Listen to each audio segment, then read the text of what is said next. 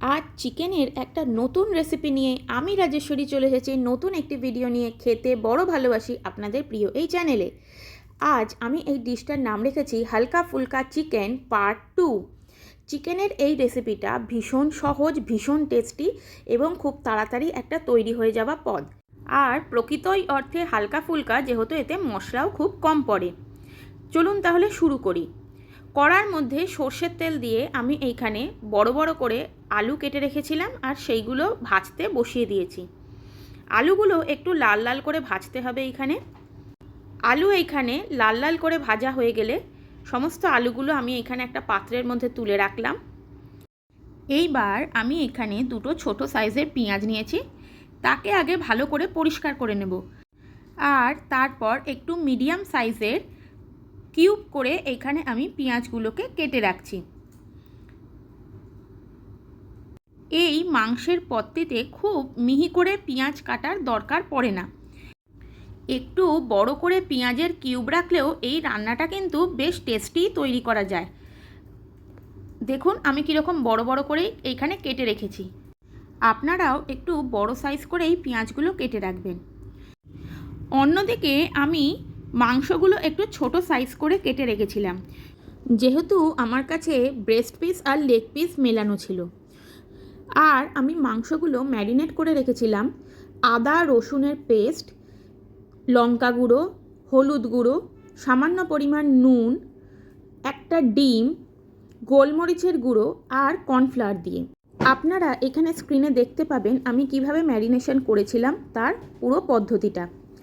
Minute 15 মতন ম্যারিনেশনের জন্য রাখলেই এইখানে মাংসগুলো কিন্তু রেডি হয়ে যাবে। আমি মিনিট 15 পর মাংসগুলো এক এক করে তেলের মধ্যে ভেজে নিচ্ছি। সমস্ত মাংসগুলো এখানে একসাথে দিয়ে দেবেন না, তাহলে সুন্দর করে ভাজাটা হবে না। আর খুব এইখানে লাল লাল করেও কিন্তু ভাজার দরকার নেই। মোটামুটি একটা কোটিং হালকা গোল্ডেন ফ্রাই মতন হলে পরেই কিন্তু ভাজা এখানে হয়ে যাবে। এইখানে একটা পরত ভাজা হয়ে যাওয়ার পর আমি সেইগুলো একটা পাত্রের মধ্যে তুলে নিয়ে আরেকটা পরত ভাজার জন্য আমি এখানে রেডি করব। দেখুন উল্টে পাল্টে নিয়ে আমি এখানে কিন্তু মাংসের পিসগুলোকে ভালো করে ভেজে নিচ্ছি। আপনারাও একটু নেড়ে চেড়ে নিয়ে মাংসগুলো ভালো করে ভেজে নেবেন। এই রান্নায় আমি মাংসগুলো ভেজে ব্যবহার করেছি এই জন্যই, মাংসের ওপরের কোটিংটা এখানে একটুখানি ক্রিস্পি থাকবে এবং ভেতরে মাংসগুলো কিন্তু ভীষণ জুসি আর সফট থাকবে। তাতে করে রান্নার টেস্ট কিন্তু বহুগুণ বাড়িয়ে দেবে। কাজেই আপনারাও এই পদ্ধতিটা কিন্তু ফলো করবেন।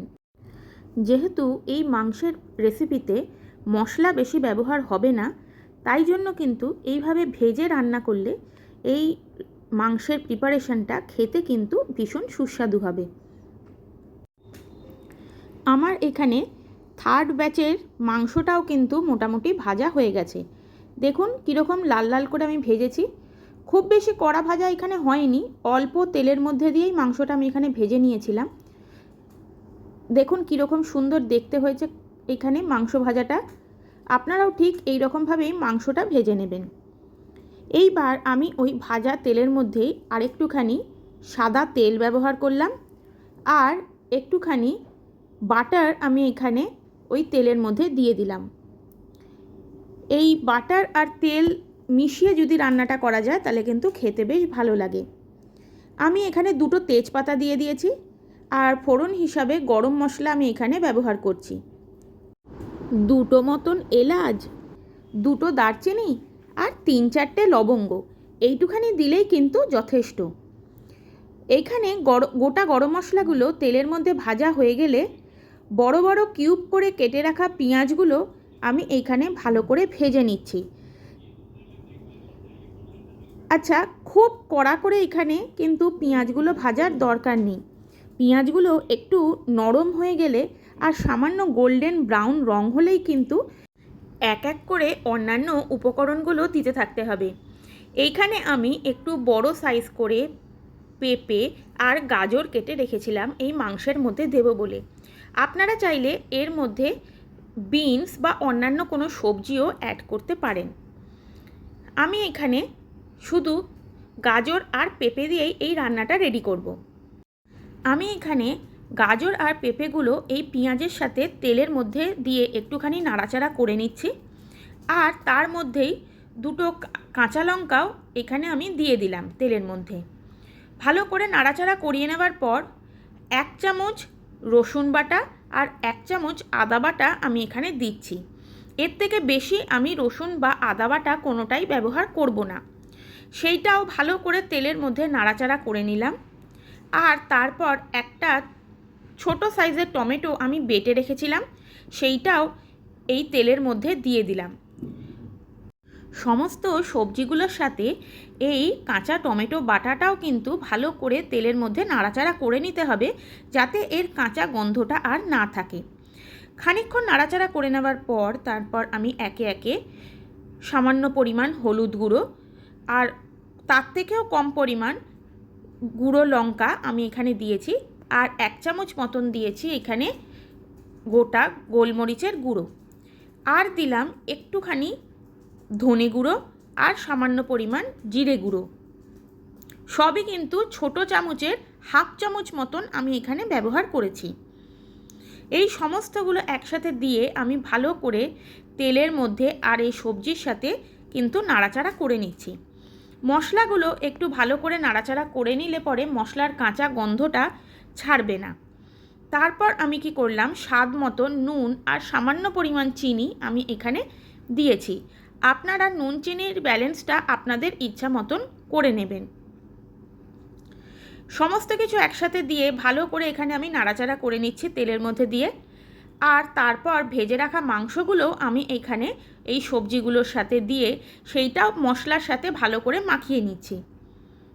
এই সময় খুন্তি কিন্তু কড়া থেকে তুলে নিলে হবে না, বারবার করে কিন্তু নাড়িয়ে যেতে হবে, না হলে কিন্তু মাংস এবং মশলা দুটোই কিন্তু কড়ার গায়ে লেগে যেতে পারে। তাই জন্য ভালো করে নাড়াচাড়া করে যেতে হবে এবং সামান্য পরিমাণে অল্প অল্প করে জল দিয়ে যেতে হবে, যাতে শুকিয়ে না যায় একদম। এই রকম করে মিনিট 2 মতন মাংস এবং সবজি ভালো করে কষাতে হবে। ভালো করে কষানো হয়ে গেলে এবং পাশ থেকে অল্প অল্প তেল ছাড়লে কিন্তু তখন আপনারা ব্যবহার করবেন এখানে জল। জলটা আপনারা গরম জলও দিতে পারেন বা নর্মাল টেম্পারেচারে জলও দিতে পারেন। আমি তো এখানে নর্মাল জলই দিয়েছি, গরম জল ব্যবহার করিনি। দেখুন কি সুন্দর রঙটা হয়েছে এবং তেলও কিন্তু অল্প পরিমাণে মাংস থেকে ছেড়েছে। এই সময় আমি কড়াটা ঢাকা দিয়ে দিলাম এবং ফোটার জন্য মিনিট 15-20 সময় দিচ্ছি। রান্নাটা এখানে হয়েছে কি না সেটা চেক করার জন্য আমি একটুখানি পেঁপেটা কেটে দেখে নিলাম। হ্যাঁ, পেঁপে এখানে সেদ্ধ হয়ে গেছে, তার মানে কিন্তু রান্নাটা এখানে মোটামুটি রেডি। নামানোর আগে আমি এখানে 1/2 কাপ মতন লিকুইড দুধ দিয়েছি আর সামান্য পরিমাণ গুঁড়ো গরম মশলা আমি এখানে ব্যবহার করেছি। আরও 1/2 চামচ মতন গোলমরিচ গুঁড়ো আমি কিন্তু এই মাংসের মধ্যে দিয়েছিলাম। দেখুন মাংসটাও কিন্তু আমি একটুখানি চেক করে নিলাম সেদ্ধ হয়েছে কিনা। মাংস কিন্তু এখানে সেদ্ধ হয়ে গেছে। রান্নাও আমার রেডি। নামানোর আগে সামান্য পরিমাণ ধনেপাতা কুচি দিয়ে আমি মাংসটা নামিয়ে রেখেছিলাম। আমি এখানে রান্নাটা কিন্তু একটু ঝোলঝোল করেই নামিয়ে রেখেছি, খুব বেশি শুকনো করিনি। যখন মশলাদার খাবার খেতে খেতে মুখে একদম একঘেয়েমি চলে আসে, তখন আমার এই রেসিপিটা কিন্তু অবশ্যই ট্রাই করবেন, দেখবেন ভীষণ সুন্দর লাগবে খেতে। এই রেসিপিটা যদি আপনাদের ভালো লেগে থাকে তাহলে অবশ্যই লাইক, শেয়ার, সাবস্ক্রাইব করে পাশে থাকবেন। আপনাদের একটা লাইক কিন্তু আমাকে এগিয়ে যেতে অনেক সাহায্য করবে এবং অনেক অনুপ্রেরণাও দেবে। চলুন এইবারে একটু ঘরোয়া ফিডব্যাক নিয়ে নেওয়া যাক। আবার ফিরে আসব নতুন কোনো রেসিপি নিয়ে। পাশে থাকতে ভুলবেন না কিন্তু। ধন্যবাদ।